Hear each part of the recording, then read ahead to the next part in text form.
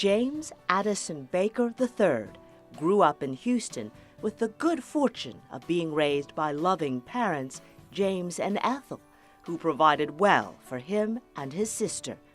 As a family, the Bakers were close-knit and spent a lot of time with each other. As with most children during that time, fictional heroes helped parents to reinforce values, and for James, the Lone Ranger had a place in his life. Every evening, my dad would come home from work. I would be back from school or some sports exercise or something, and we'd sit down to dinner. We always ate supper together as a family, but we'd turn on the Lone Ranger and listen to it every evening before dinner. As James matured, values and education took a front and center role. Baker valued the education he received as a young man, and to his admission, has never stopped learning. Well, I had a wonderful education, both in high school and at Princeton University, where I spent 4 years. Princeton taught its students how to think.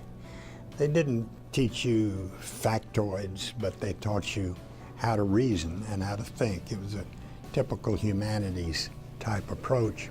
And I got a wonderful education there. And then I had a good education at the University of Texas Law School, getting my law degree. And then practicing law was very educational in terms of teaching you how to negotiate. I was a business lawyer, mergers, acquisitions, that sort of thing. So by the time I got up there in government, whether it was as a Treasury Secretary or Secretary of State or Chief of Staff in the White House, I knew a lot about dealing with people. I knew a lot about negotiation. Those things helped me a lot. Baker also learned from his time in the military. I spent 2 years in the Marine Corps. I wouldn't give anything for having had that experience. I was a naval gunfire spotter, which was a very dangerous responsibility because you went in with the first wave and adjusted naval gunfire. However, despite his sterling education, Baker was not permitted to join the family firm, and at the time, it was very disappointing, both for him and his father. Because I was, after all, the fourth generation of James A. Bakers, and I had the grades in law school, but they opted not to make that exception, and that's a very good thing from my standpoint. If I'd gone to the family firm right out of law school, it would have been a mistake. Because if I had succeeded, people would have said, what do you think? The only reason he succeeds is because his father's here, and if I'd failed, it would have been, what do you expect? He's only here because his father's here. Hardship entered Baker's life when Mary, his wife, at age 38, died of cancer.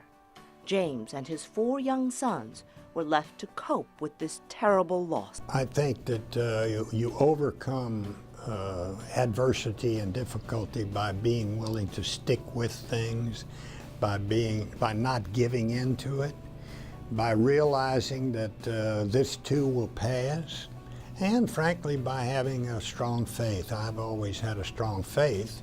It was this faith and perseverance that gave Baker the strength to start a whole new chapter in his life. My friend here had a doubles partner, tennis doubles partner here in Houston. His name happened to be George Bush. And he came to me and he said, you know, Bake, he said, you've got to take your mind off your grief. How about helping me run for the Senate? And I said, well, that's great, George, except for 2 things. Number 1, I don't know anything about politics. And number 2, I'm a Democrat. He said, well, we can handle that latter problem. And we did. I changed parties, helped him. Then one thing led to another. And that's how I got into politics and public service. After many years of decorated public service, Baker has a message for young people. You know, you live in the finest nation in the world. There are greater opportunities here than anywhere else in the world. So you have an obligation as a citizen of this country to put something back, give something back to your country. So I would encourage you to look at public service. Which, according to Baker, is 1/2 of the American paradigm. The other half? Free enterprise. And so I think what JA does by